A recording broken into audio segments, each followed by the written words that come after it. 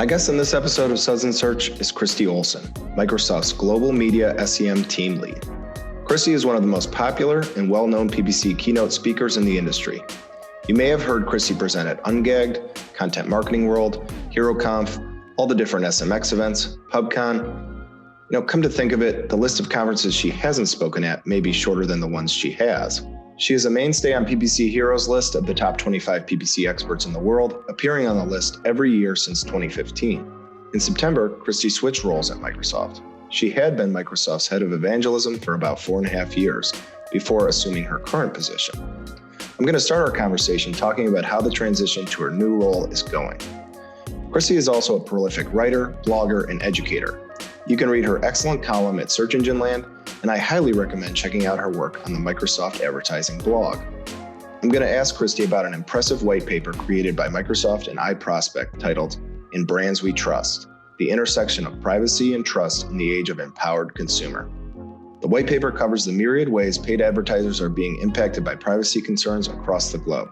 We'll talk about the apparent tension between consumer demands for greater personalization and more stringent privacy. Grab something cold to drink and join me for a conversation with the incredibly impressive Christi Olson.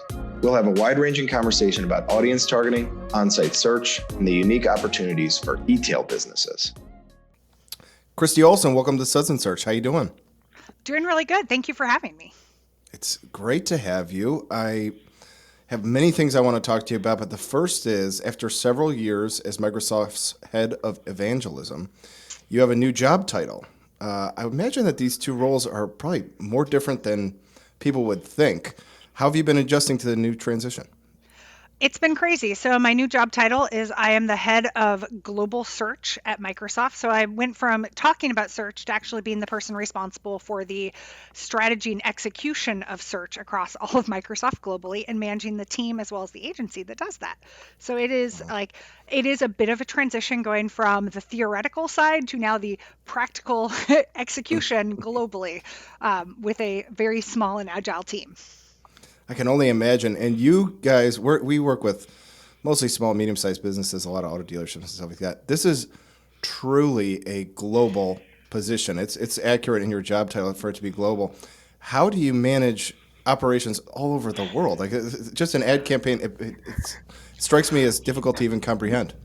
Yes. So onboarding has been both eye-opening and insightful, as well as just good to get back into the roots. So we have some campaigns that only run on 5 or 6 countries. We have others that go across 86.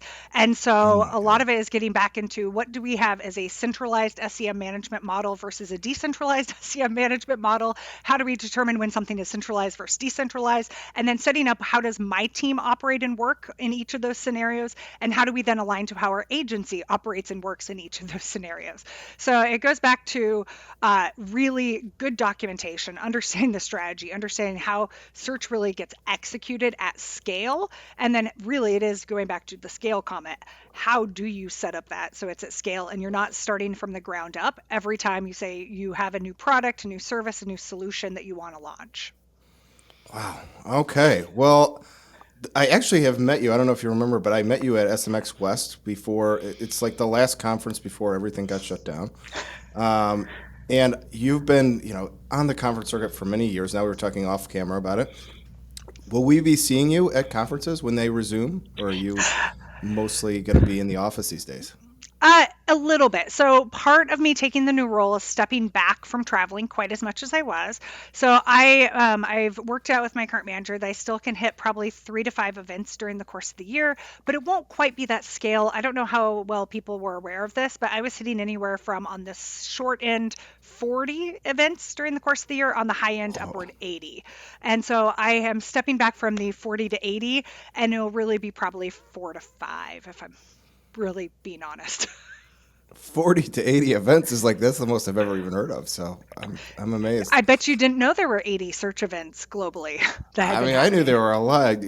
Greg and Mark, who work with me, both they'll get in the 20s, but man, 80 events is unbelievable. So much deserved. So there's a lot of topics around audience targeting that I wanted to ask you about. There's been a lot of work done at Microsoft about this topic, and you wrote a blog post back in May of last year about this, and this is kind of an open-ended question, but I'm curious if you could help me with it. So on the one hand, in your blog post, you say consumers love personalization. They love it.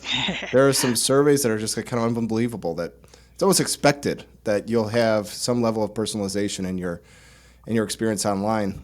And then there's a little bit of confusion about how people get the data to actually give you that personalized experience. Can you help us understand this disconnect or the seeming disconnect? Yes, and that's a great question. And what's funny is I was expecting you to take it a slight different path of Google's announcement of what they're doing with data I, and I, removing data. I, Because I'm assuming I we'll plan eventually go to. in Yeah, there. I plan to. Yeah. Which has been eating a lot of my time for the last since whenever they made the announcement, like the third of the month. But in terms of your initial question, in terms of where is the disconnect between personalization and data, I actually worked with iProspect on a research study. Gosh, now I have to think of the years because this last year has been the longest decade of my life. And so it would have been not this last winter, but the winter before. We did a study talking to consumers, understanding what do they know about data sharing, personalization, and what is expected. And it was interesting because when we did the study, virtually everyone across the board had said they expect personalization. But what was really shocking, and it's where I did highlight this in that article, the article is that while they expect personalization, they don't understand what their data is used for when they say, yes, I'm going to share my data, I'm going to share my information. So there's a complete and utter consumer disconnect between what data they share, how that data gets used, and then how we as marketers take that data and utilize it for site targeting, audience or the audience targeting and targeting ads and specific digital experiences based on the consumer level. And I think for me, the biggest takeaway was like 74% of consumers expected personalization. But when you ask them, are you getting, and this is a marketer's term, are you getting value out of the data you're sharing? On average, people said no, they don't see the value out of it. But then when you would ask open-ended questions and say like, do you expect location-based targeting? So if you're looking for a pair of shoes, do you expect to see the shoes available near me? The answer is yes, but I don't want to share my data. I expect you to just know inherently. So there is this huge disconnect in the consumer realm that maybe as marketers we forget about because we are so steeped into data sharing and what we can do with that data. The average consumer just doesn't get it today. And to take a step further in terms of audience, if we think about paid search, a little less on the organic side, but on paid search side, how do we use audience targeting for remarketing, for adjusting our campaigns? It's going back and thinking about what is the keyword that's coming in, the intent behind the keyword, and how do you take the audiences or the data you know about that consumer to adjust your campaigns? And I think it's easy to theoretically talk about it, and it, like we were saying, audiences at scale or at scale across campaigns. It's more difficult to then take it and make it into a strategy or practice for how do you say this user did action A, therefore we're going to adjust where we take them in landing pages to this section of the funnel, et cetera, and actually implement it across the board. Wow, I think it's an interesting thing. You mentioned this white paper. I'll link to it in the show notes. It's extremely well done. I looked at it before we were talking, and I saw there was one data point that caught my eye, that 91% of people surveyed said they were very or somewhat concerned about the amount of data companies can collect on you. I'm somewhat in the 9% where I feel like, what are you really going to do with the data? You're just going to serve me better ads. I'm going to get the ads either way, so I might as well get good ones. What do you think people should be concerned about as it relates to data online? And what do you think is sort of like, maybe you could tell somebody like me who's like, yeah, you ought to be a little bit more careful that you don't end up with these Cambridge Analytica type things. Well, yeah, and Cambridge Analytica actually was a use case we had in mind when we were writing the survey and the survey questions. And so I think the gist of it is people are concerned about the data they share, in part because, and I'm actually in the camp of, I am more concerned that when you read the terms and conditions of how data can be used, it is a black box across the board. That a lot of companies, they write it in such legalese that even as a marketer and somebody that took L1 classes, so the first year of law student classes that took it, I have a hard time understanding what could that data be used for and when it can be used for. So I think that's also like when we have the takeaways in that white paper, it's like make it easy for people to understand, what are you capturing? What are you going to do with the data? And as a marketer, we need to step back and say, do we really need everything we're asking for? And will we use it? Or are we just asking for the kitchen sink, knowing that we're only going to use a couple pieces of it? And I'd say that's the biggest takeaway is what are you going to do with it? Because the consumer disconnect today is the fact that we ask as marketers, we ask for everything under the sun and we get so much data, but are we actually using it and utilizing it in a way that makes the customer experience, the customer journey, and that makes it better overall for the customers? Are we impacting their journey? Are we impacting their experience? Or are we collecting it and then not having the ability to use it or leverage it in a way that improves their experience? Wow. And I mean, I think the other thing about your first answer, you mentioned this change from Google. We're airing on March 15th. Very recently, I want to say in the last week or at least last couple of weeks, Google has made an announcement that they are going to change the way that they're gathering data. So I think in a broad sense, they're not going to track individual behavior on the web and begin to use that to serve better ads. I wondered, I guess I have two questions. Does this mean that you think audience targeting will just get worse? Do you think that there's a chance that as marketers, selfishly, I'm curious about myself, obviously, I want to make sure I'm doing a good job for my clients. Do you think audience targeting will get worse? I'm going to go like this and do the, it's the $1 billion question. So I don't think necessarily audience targeting is going to get worse. If you read the full announcement, essentially what they said is they are going to create cohorts of targeting. For me, the biggest implication across the board is that they specified because of how they're doing the privacy updates, it's not that they're going to stop audience targeting altogether and using cohorts. For me, the issue is they're going to stop allowing companies like Microsoft to import our first party data into their system to create audiences for targeting. For me, that's the biggest portion of that announcement, because we're still going to use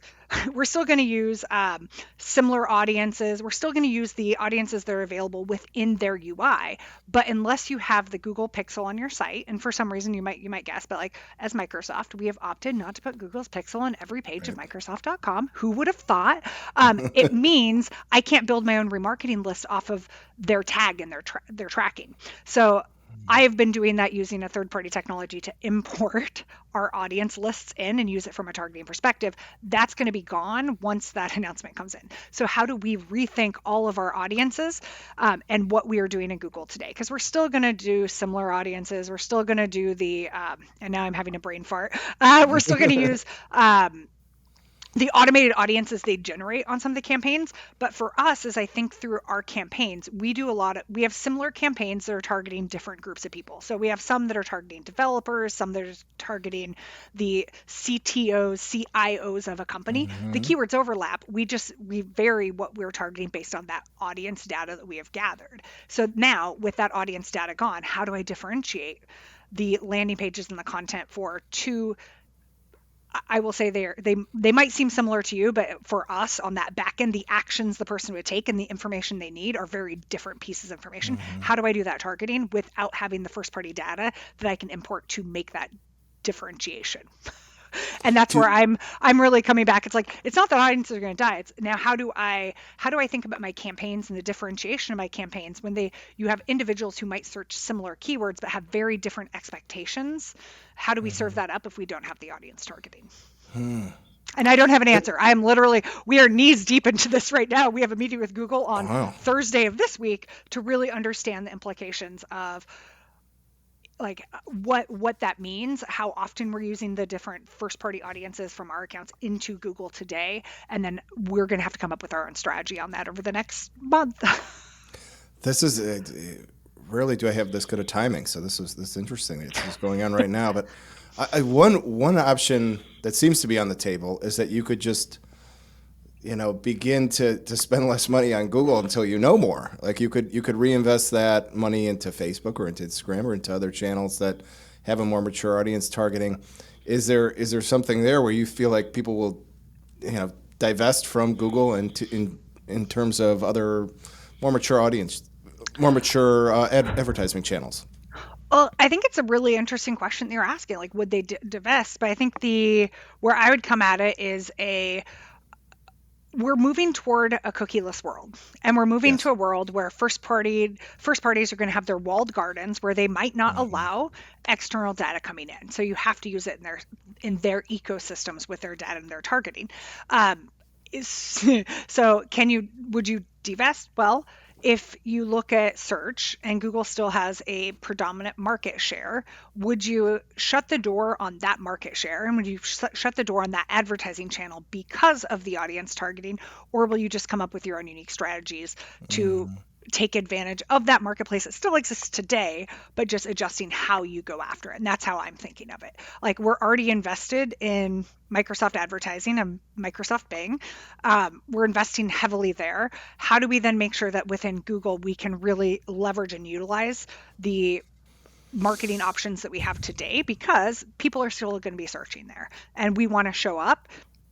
It's just refining and redefining how we do that based on the walled garden that's going to essentially exist in the next short while. This is a really interesting time to be talking to somebody like you. There's just a lot going on, more than I anticipated, even when we started rolling cameras. So, very, very interesting timing. The other thing I wanted to ask you about, we have a questionnaire that we send to guests before they come on, and you filled out the questionnaire. Thank you for that. One of the topics you wanted to talk about was why on-site search isn't paid when it comes to e-tail. And you're like, I don't know if that's a very specific type of thing.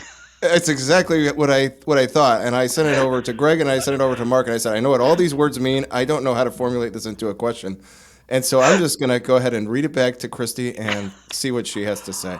Can you explain this to me? Yes. So I am currently operating mainly in the paid search realm, but I also have overlap with the organic search realm. And it's been really interesting because if you imagine Microsoft, we have a really broad business. And so I work and operate within every solution area that Microsoft has. And we have marketers at different levels of understanding. And it's been really interesting talking across Microsoft and the marketers at Microsoft, where I keep on getting questions coming back of like, great, so we know that there's some paid tactics on Amazon as people are searching for specific products, events that we can show up in Amazon's search. So e-tail search. It's been really fun to get the questions of, hey, there is retailer, and I'm just going to choose one that's completely out of a wheelhouse so that people won't get it, but like Nordstrom. People are searching on Nordstrom. How do we make sure that their site search is showing our products when they are searching on it? Let's pretend we are a clothing company instead of a technology company. How do we optimize their site search for our products? And it's been really interesting of like, when is it a paid search ecosystem that is similar to these search engines, but every website essentially, or almost every website, has a site search. So it's been really fun to differentiate what is paid versus what is organic. What can you do when there isn't the paid ecosystem to optimize in? How do you then provide feedback and advice for organic search when you're trying to get products to show up? And so it's been fun to drive those conversations, which are definitely organic search focused, but they're like, no, this is paid because it's their site search. Like, but we're not putting ads on their site search. We aren't going down that path. How do we delineate? Like, there's this interesting bit where it's the delineation of paid and organic, and it doesn't necessarily ring true to all marketers of where that delineation sets.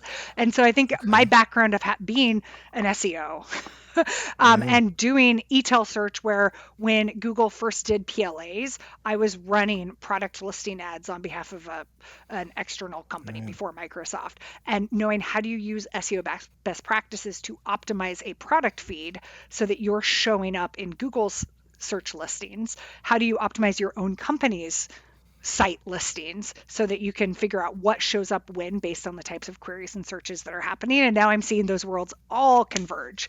So what is paid search? Because that's a question I'm getting. Is Best Buy, which might have a search listing that you can advertise on, is that paid search? Is in e-tail? Is Amazon paid search? Is Walmart paid search? Where we're going outside of the search engines, because it is a site search functionality, sometimes you can influence it, sometimes you can't. So I thought that was sort of a real world fun example of like how paid and organic are, for me at least, coming together for education across Microsoft and across both the search engines and e-tail sites, and how you show up. Oh, I think it's really interesting. And there's very few people like you, to be honest with you. Most people are stuck in their silo of their SEOs or their paid media folks. So to have that cross training, you've kind of got your finger on something. It's very interesting. Yeah. All right, Christi, this is everyone's favorite part of the show. This is where I get a question from Greg with no context. So you and me don't know much about it. It's kind of a high wire act for both of us. So for you, Greg Gifford has said to ask you about hammer dinners.